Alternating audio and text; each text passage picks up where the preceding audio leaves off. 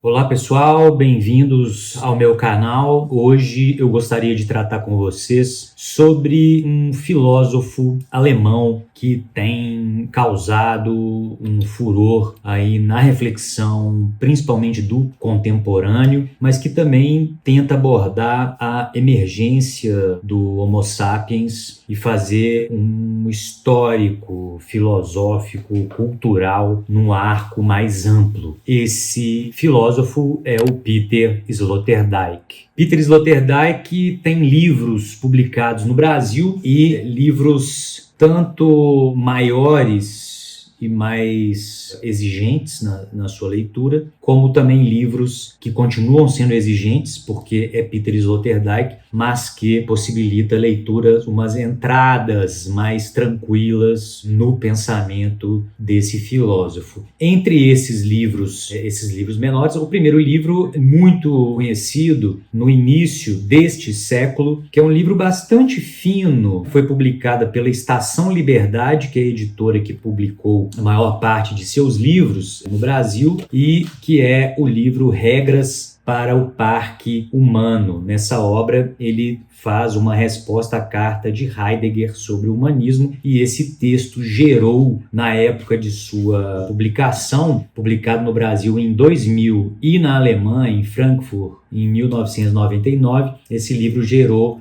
uma grande discussão em torno da reflexão de Sloterdijk, que foi levada a cabo, então, por Jürgen Habermas. Então, esse livro é bastante interessante. O primeiro, me parece que tenha entrado no círculo aí da reflexão filosófica no Brasil. E depois você tem esses outros também menores, também publicados pela Estação Liberdade, no mesmo barco, ensaios sobre a hiperpolítica. Você tem Se a Europa Despertar, também da Estação, e O Desprezo das Massas, ensaios sobre lutas culturais na sociedade moderna. Um outro também da Estação Liberdade, Derrida, um egípcio, e este que saiu pelo Tempo Brasileiro, pela editora Tempo Brasileiro, que se chama O Quinto Evangelho de Nietzsche. É possível melhorar a boa nova? Que então é este daqui. Bem, outros textos interessantes saíram então pela editora Vozes nos últimos tempos, Pós-Deus, e esse pela editora da Unesp,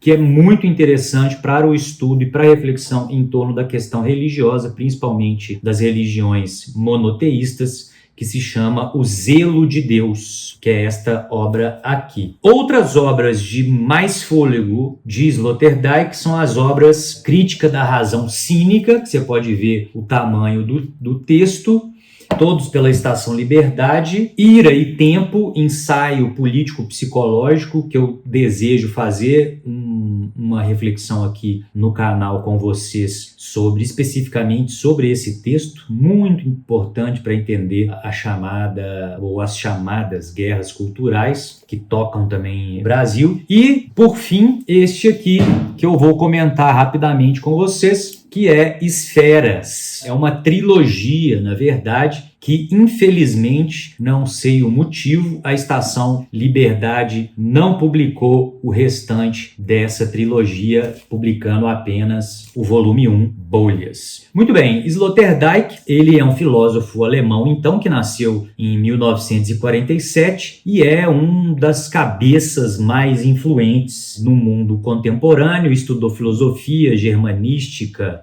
história e atualmente é professor emérito de filosofia e estética numa universidade alemã de arte e design. Ele escreve, então, essa trilogia denominada Esferas, debruçando-se sobre qual objeto? O objeto dos espaços. Os espaços interiores, a arquitetura, o design dessa conformação espacial na qual os indivíduos estão inseridos. Então, o Sloterdijk, ele ajuda de alguma forma. A pergunta que eu gostaria de trabalhar e deixar é como essa obra do Sloterdijk pode colaborar para ajudar a responder às perguntas em torno das relações entre religião e contemporaneidade. Então, o Sloterdijk ele está interessado em pensar a questão dos espaços interiores, ou seja, como os humanos se conformam nos espaços e como isso se constitui como central e importante na sua constituição e na manutenção da própria existência. Então, o Sloterdijk ele está pensando o tempo todo entre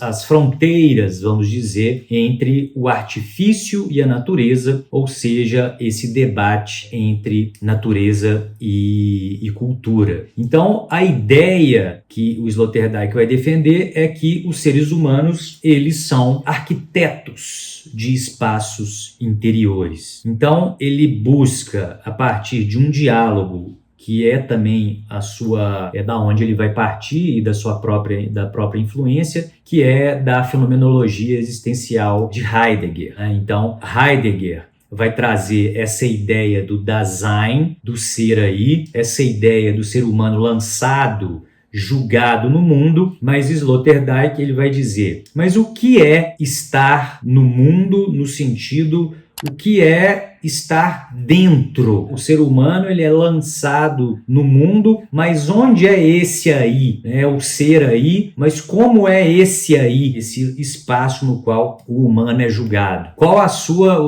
suas características? Então, o Sloterdijk ele vai querer ler a história, e principalmente a história ocidental, como uma história das metamorfoses das esferas, né? Então, essa é a temática principal. E como essas esferas se constituem enquanto projetos imunizadores. Bem, o humano, ele, como eu disse, não é julgado para dentro de uma esfera impessoal, mas ele chega ao mundo e transita de um espaço a outro. Então, nesse livro, Esferas 1, ele começa principalmente pensando o primeiro momento, que é o momento do espaço amniótico, no qual se forma o humano. Então, ele parte da microesferologia para uma macroesferologia. Ele vai, então, elaborar toda a sua reflexão a partir de uma perspectiva topológica, no qual esse espaço vai se constituir com mecanismos que vão ter como finalidade primeira oferecer uma redoma imunológica. Então, o que seria essa redoma imunológica? Então, ele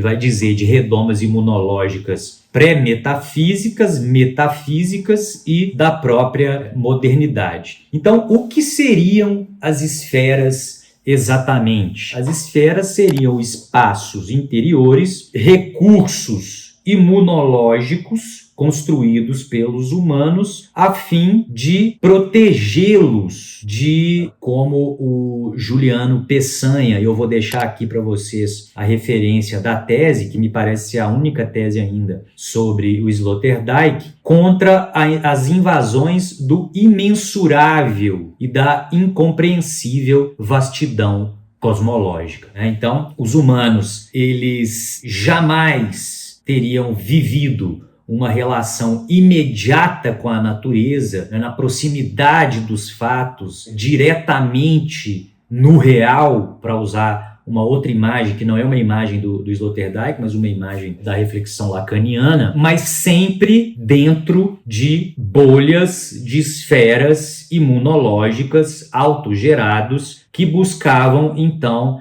calibrar essas pressões atmosféricas afetivas, como o próprio Juliano vai nos dizer. Então, o que seria essa? Tem duas palavras importantes no pensamento do Sloterdijk, que é imunologia, propriamente, e antropotécnica.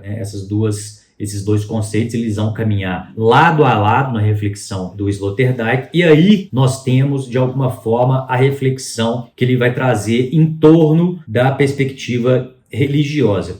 O que seria, então, imunosistemas, ou essa questão da imunologia? Os imunosistemas, que é algo que nós construímos durante toda a história humana, representariam corporificações de expectativas de ferimentos. E aí ele vai colocar em planos diferentes. No plano biológico, eles se manifestariam na capacidade de formação de anticorpos. No plano jurídico, ele fala na forma de procedimentos de compensação de injustiça e agressão. No plano mágico, na forma de sortilégios para afastar o mal. E no plano religioso, na forma de rituais para derrotar o caos. E aí, como ele fala, cito ele, estes últimos mostram às pessoas, ou seja, os rituais mágicos e os rituais no plano religioso e os sortilégios no plano mágico, eles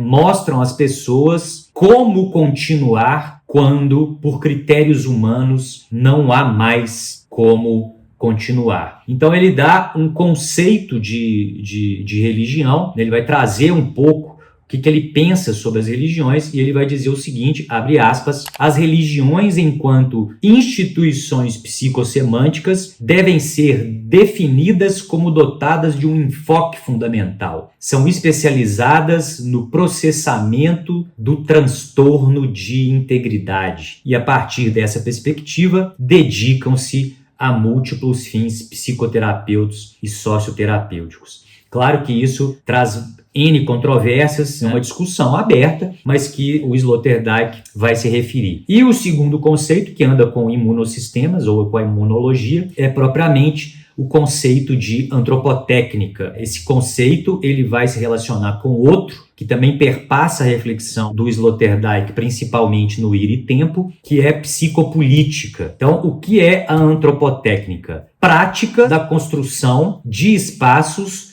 no sentido do que ele vai chamar de homoimunológicos. Então nós seríamos homoimunológicos à medida que nós estamos o tempo todo construindo sistemas imunológicos para lidar com o caos e com essa geada cósmica que nos chega. Então ele vai trazer esse conceito de antropotécnica muito claro, que é o conjunto de estratégias de imunização desenvolvidas historicamente pelo ser humano, pelos homens, que apontam em duas direções complementares e às vezes contraditórias. Por um lado, práticas socioimunológicas que visam otimizar o interior das comunidades frente à constante agressão do de fora, externa, e por outro, de práticas psicoimunológicas que intentam otimizar a capacidade dos indivíduos para afrontar a própria mortalidade, que é a questão central, a consciência da mortalidade que nós temos e temos que lidar com isso o tempo todo, e as próprias contingências da vida que chegam sem avisar. Eu já trabalhei alguma coisa sobre essa perspectiva do Sloterdijk num evento da SOTER, da Sociedade de Teologia e de Ciências da Religião, que acontece um evento todos os anos aqui na Pontifícia Universidade Católica de Minas Gerais, mas eu não publiquei esse texto integralmente. Então, a questão para mim, que o Sloterdijk me chamou bastante atenção, foi quando eu fui estudar o tema das religiões políticas. Inclusive, também está no meu planejamento publicar um texto sobre esse tema da religião política, que também não se encontra muita coisa na língua portuguesa. Então, são dois textos que possivelmente nos próximos anos vocês vão ter acesso, um sobre religiões políticas propriamente, ou religiões seculares, e o outro, como Peter Sloterdijk pode colaborar para a gente pensar as religiões políticas e pensar as religiões seculares. Fica o convite para vocês lerem Sloterdijk, espero que tenham gostado do vídeo, deixe seu like, compartilhe com quem você acredita que possa gostar desse conteúdo e espero vê-los brevemente. Grande abraço!